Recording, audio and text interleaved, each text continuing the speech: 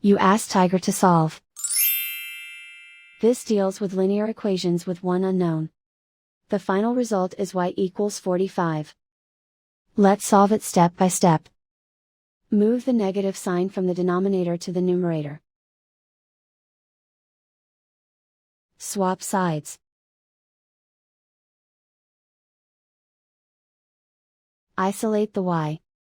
Multiply both sides by 15. Group like terms. Multiply the coefficients.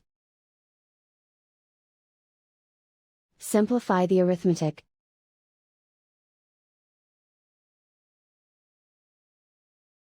Convert the y into a positive number. Multiply both sides by -1.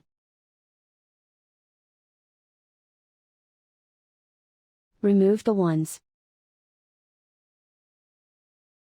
Simplify the arithmetic. And so the final result is y equals 45.